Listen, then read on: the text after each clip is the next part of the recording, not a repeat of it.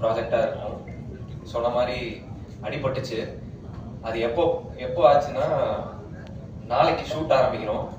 இன்னைக்கு வந்து ஒரு ரிஹர்சல் பண்ணலாம் அப்படின்னு சொல்லிட்டு மாஸ்டர் தலைமையில் எல்லாம் நடந்தது. எதுவுமே பெருசாக எதுவும் பண்ணல. ஒரு சின்ன ரோல் பண்ணும்போது அன்எக்ஸ்பெக்டடாக எனக்கே அது வந்து சர்ப்ரைஸாக இருந்துச்சு. என்னடா இது, இதுக்கப்புறம் வீட்டுக்கு பேக் பண்ணி அனுப்பிச்சிடுவாங்க போல இருக்கு. ஹாஸ்பிட்டலில் அதான் யோசிச்சுட்டு இருந்தேன். ஆனால் வந்து சேதவன் இருக்கட்டும், அதுக்கப்புறம் ராஜேஷ் எல்லாருமே வந்து ஒரு பெரிய சப்போர்ட் கொடுத்தாங்க. ஸோ இந்த ப்ராஜெக்ட் எனக்கு கிடைச்சதுக்கு சேதவன் வந்து எனக்கு ஒரு பெரிய தூணா இருந்தார். தேங்க்யூ சேதவன்.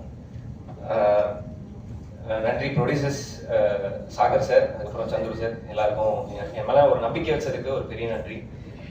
ஸோ அப்படியே வீட்டுக்கு பேக் பண்ணி அனுப்பிச்சிடுவாங்கன்னு நினச்சேன். பட் அங்கேருந்து எனக்கு ஸ்டார்ட் ஆச்சு. எனக்காக ஒரு 10 நாள் தள்ளி வச்சாங்க ஃபைட் சீக்வன்ஸ். அதுக்கப்புறம் நார்மலாக ஸ்டார்ட் பண்ணாங்க. இது ஒரு மறக்க முடியாத ஒரு சீரீஸாக எனக்கு மாற்றுறாங்க. டைரக்டர் அமீன் அவர் வந்து மோர் லைக் இப்போ ஒரு ஃப்ரெண்டாக, இந்த டீமே வந்து எனக்கு வந்து ஒரு ஃப்ரெண்ட்ஸ் மாதிரி ஆகிட்டாங்க. யாருமே ஒர்க் பண்ணும்போது ரொம்ப ஒரு ஹைரார்கி எதுவுமே இருக்காது. டைரக்டர் ஒரு ஃபோக்கஸ் பண்ணுறோ யாருக்குமே வந்து ஒரு இதுவே இருக்காது.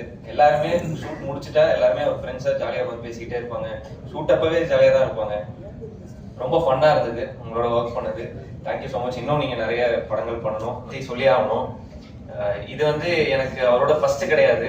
இப்போ ரீசெண்டாக தான் அவர்கிட்டே சொன்னேன், ஒரு ப்ரெஸ் இன்டர்வியூவில் தான் சொன்னேன். என்னன்னா